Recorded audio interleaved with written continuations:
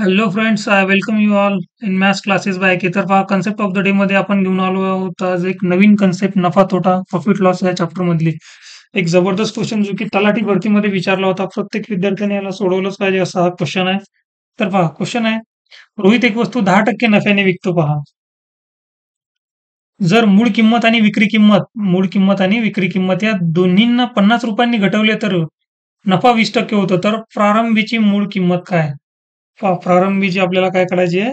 मूळ किंमत काढायची आहे. पहा, रोहित एक वस्तू 10% नफ्याने विकतो. मी असं समजतो की त्या वस्तूची जी सीपी आहे, मूळ किंमत किती आहे?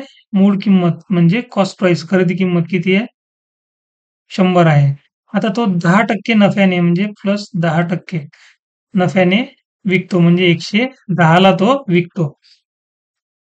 मी याला ना राउंड करून ठेवतो म्हणजे लक्षात राहील आपल्याला ऍक्च्युअल प्राइस आणि याच्यामध्ये. नेक्स्ट पुढे त्यांनी काय म्हटलंय? जर मूळ किंमत आणि विक्री किंमत या दोन्हींना 50 रुपयांनी घटवले म्हणजे मूळ किंमत आपली किती आहे? हे बघा 100 आहे. याला 50 ने आणि हे 50 रुपये आहेत पहा. 50 ने आपण कमी केलं आणि जी विक्री किंमत आहे म्हणजे हे आपली काय ती एस-पी सेलिंग प्राइस म्हणजेच विक्री किंमत. आता हे 110 आहेत. ह्यालाही आपण 50 ने कमी केलं. हे 50 रुपये आहेत. इथं पण 50 काय आहेत? रुपये आहेत. लक्षात घ्या. 50 रुपयांनी घटविले तर नफा 20% होतो पहा. नफा किती होतो? 20% नफा होतो. आता मला एक सांगा, आपलं प्रॉफिट म्हणजे काय? प्रॉफिट म्हणजे काय? तर सेलिंग प्राइस वजा कॉस्ट प्राइस. नफा म्हणजे काय? प्रॉफिटलाच आपण नफा म्हणतो. विक्री किंमत विक्री किंमत वजा खरेदी किंमत. लक्षात घ्या. विक्री किंमत वजा खरेदी किंमत.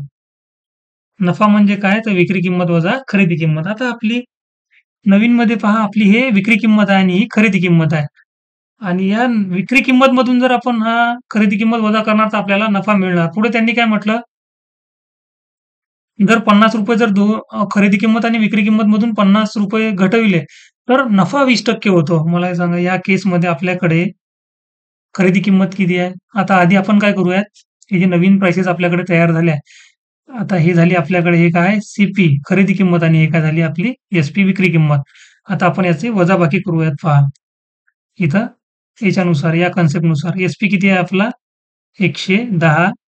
याला कंसात सर्कलमध्ये घेतो मी. 110 वजा 50 हे झाले आपला एसपी वजा हे 100 वजा 50 हे झाले सीपी आपला. ठीक आहे. एकदा इथला सीपी आणि एसपी काढून टाकतो. आता पहा, बरोबर काय होईल? आपला नफा होईल किती? 20% नफा होईल. 20% नफा. आता एसपी वजा सीपी बरोबर काय? आपला नफा म्हणजेच काय? प्रॉफिट.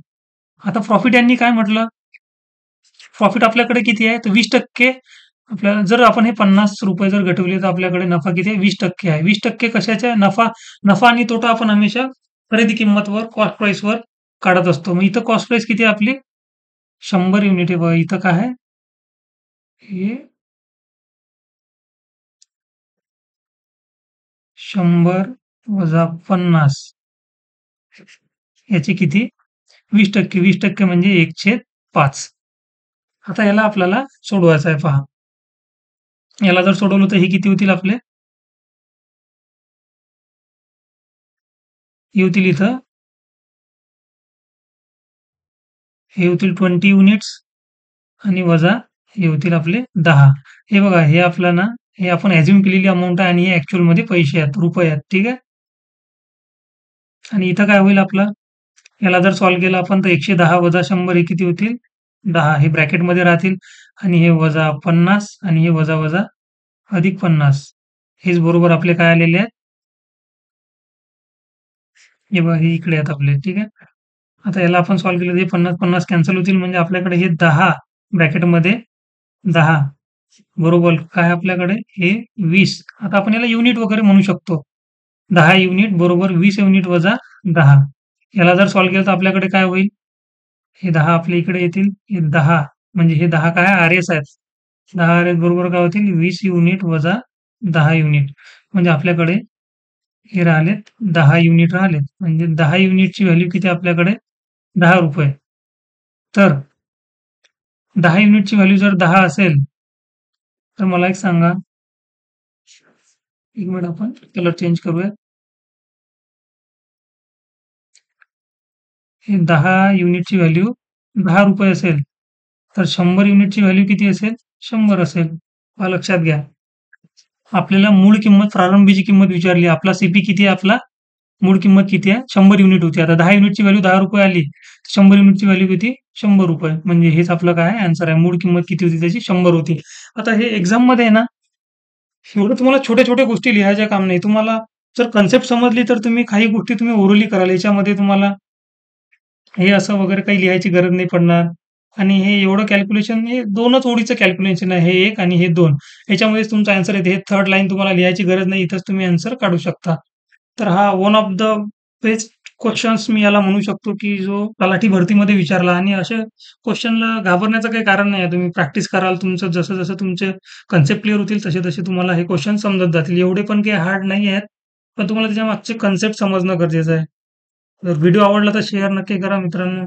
ठीक आहे. खूप मेहनत लागते पी-पी-टी वगैरे बनवणं आणि क्वेशन्स वगैरे एक्झाम्सचे जे ॲन्सर की आहेत त्यातून इकडून-तिकडून क्वेशन काढणं, क्वालिटी क्वेशन काढणं आणि बेस्ट कंटेंट आणि कन्सेप्ट डिलिव्हर करणं, यासाठी थोडीशी मेहनत लागतेच. असं नाही की आला क्वेशन घेतला, सोडवला आणि तुमच्या समोर ठेवला, असं नाहीये.